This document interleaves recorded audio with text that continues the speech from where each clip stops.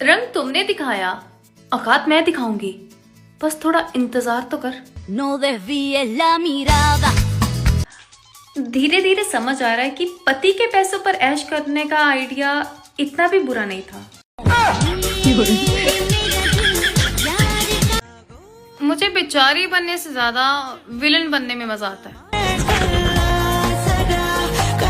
अगर आप खानदानी होते तो आपको पता होता कि औकात का मतलब पैसा नहीं, जुबान होती है। वैसे सल्यूट है मेरे बंदे को जिसने घर की छोटी बेटी के साथ शादी की, वरना खतरों से खेलने का हौसला सब में नहीं होता लाडले। हम दोनों तब मिले जब हम एक दूसरे को ढूंढ नहीं रहे थे। शायद भगवान जी को पता था कि हम दोनों एक दूसरे की जरूरत है। पति चाहे कितना भी शातिर क्यों ना हो, पत्नी को एक दिन उसके सारे कर्म कांड पता चल ही जाते हैं। सुनो, ये जो खोकर बैठे हो मुझे किसी और के लिए, अगर वो भी तुम्हारा ना बना तो क्या करोगे?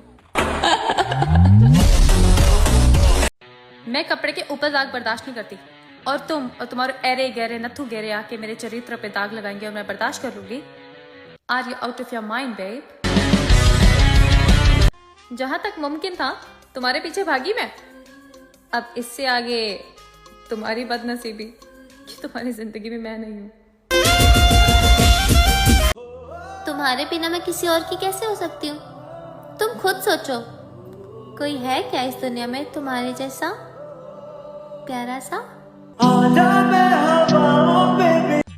मैं उसकी पसंदीदा औरत नहीं हूँ, मैं उसकी पसंदीदा प्रॉब्लम हूँ जिसको वो बड़े ही प्यार से झेलता है।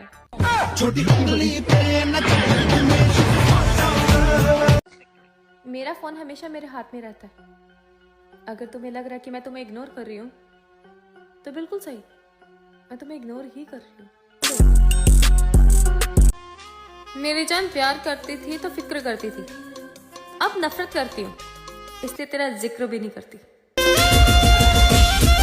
मुझे मेरी सेल्फ रिस्पेक्ट बहुत प्यारी है। अगर मैं तुम्हें अकड़ू या घमंडी लगती हूँ, बिल्कुल सही सोचते तुम, मैं हूँ बहुत घमंडी।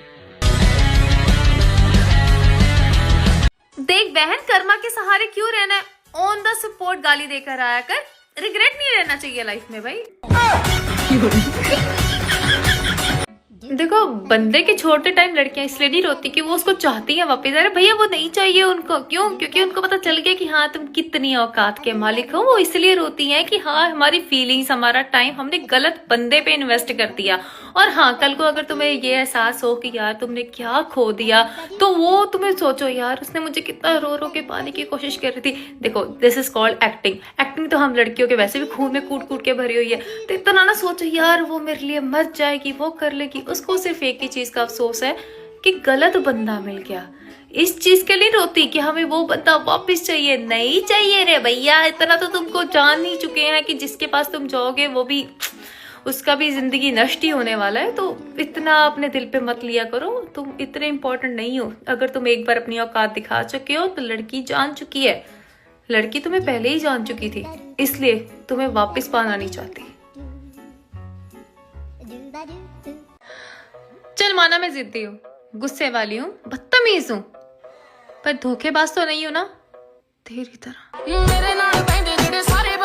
मुझे लगता था कि गाली देना गलत बात है, फिर मैंने कुछ लोगों की हरकतें देखी, इतनी भी बुरी चीज नहीं है यार। मेरी जिंदगी की सबसे बड़ी गलती, जिन लोगों को मुझे लात मार के अपनी जिंदगी से बाहर निकाल देना चाहिए था, उन्हीं का मैं हाथ पकड़ के उनका साथ देती रही। इमोशनल अटैचमेंट का इश्यू था भैया, वरना इनको तो मैं देखना भी पसंद ना करूं। नहीं निकलते वो इंसान जो एक बार दिल और दिमाग में बस जाए। ये भूलना भुलाना तो बस कहने की बातें हैं। अच्छा हुआ बहन के ब्रेकअप हो गया, वरना लोग क्या कह के जाते कि इतनी घटिया पसंद थी तेरी, अंधी थी क्या? और 4 गाली अलग से देके जाते, इंक्लूडिंग मी। देख बहन, अपने बंदे की लॉयल्टी के लिए उसको इंस्टा पे पोस्ट मत कर, क्योंकि वो लोग तुझ पे हंस रहे हैं जो लोग उसके साथ सो चुके हैं।